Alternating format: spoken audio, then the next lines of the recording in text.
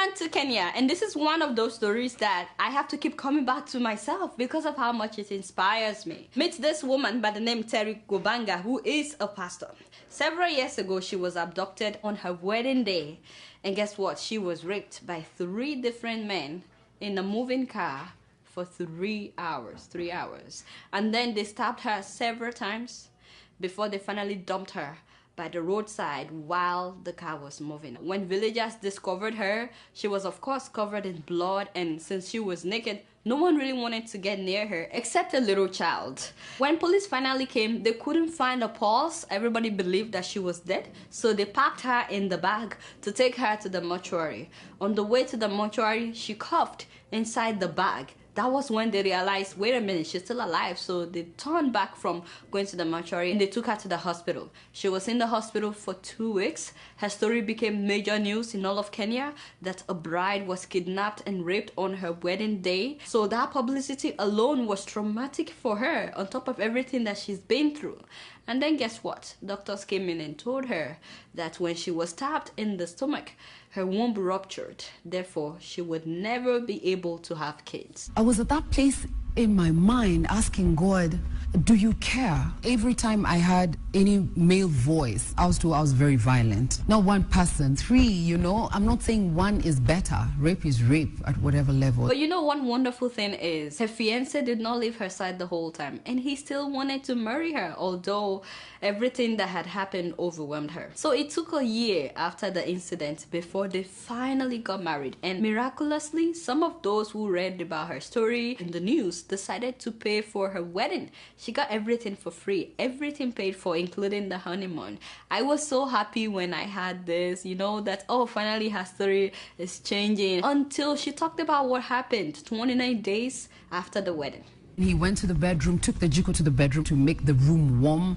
Then he came to the kitchen where I was cooking. He switched off the gas, carried me on the kitchen counter and told me we need to talk. And he tells me, you know, in case I would die, I would want you to go on with life. I stopped him right there. Wow. I mean, that's interesting. I don't know how he knew that something was going to happen that night.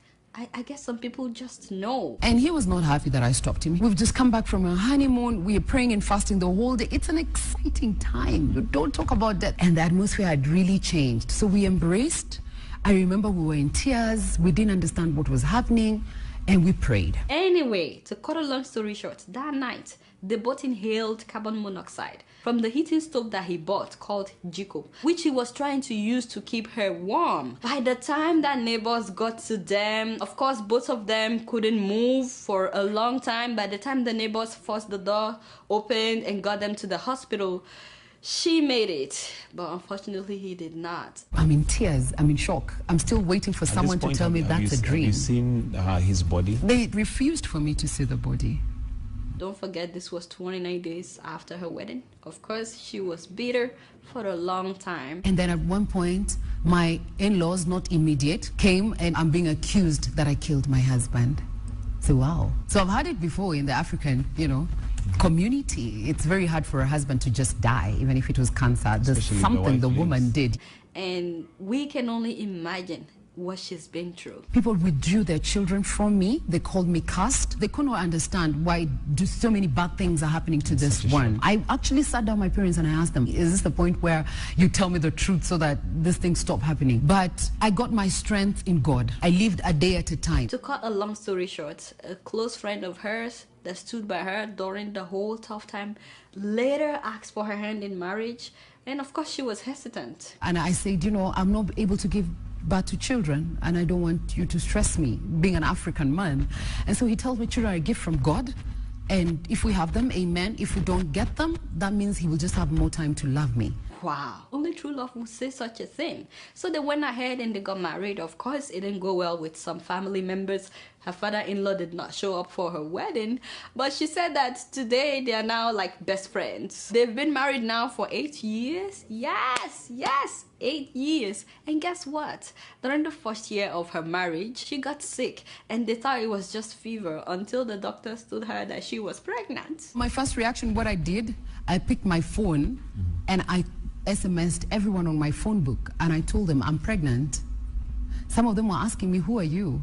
And my reply was, I am pregnant. I was very excited. Anyway, she went on to have another baby after that, so they have 2 children, and today she goes about encouraging people, inspiring people, motivating people that no matter what you have been through, your story can also become a testimony. One thing I've always said, crawl if you have to, but just know destiny awaits. The 24 hours in a day just remains 24. So if you're going to cry for 5 years, those are wasted years. I encourage people, don't dwell on things, deal with them as they come. Wow. So do not put a full stop where God hasn't put one. Go right back, put a comma. You might be in chapter 1, it might not be so good. Chapter 2, chapter 3, not so good. Who knows about chapter 7? Wow. So I decided to share this story just in case someone out there is going through a very difficult situation. And it could be anything. I mean, maybe you lost a loved one as well. Maybe your business has failed. Maybe you've struggled for so long and you have nothing to show for it. Or maybe you wish that you're married or that you have kids, or you're just overwhelmed with school. No matter what you're going through today, please remember the woman who was raped on her wedding day by 3 different men, the woman who lost her husband within a month of her wedding, and the woman who was told that she would never have a child. If she was able to press through all that, you can press through anything. But you guys know I don't know anything. Guess what? I'm just keeping it real.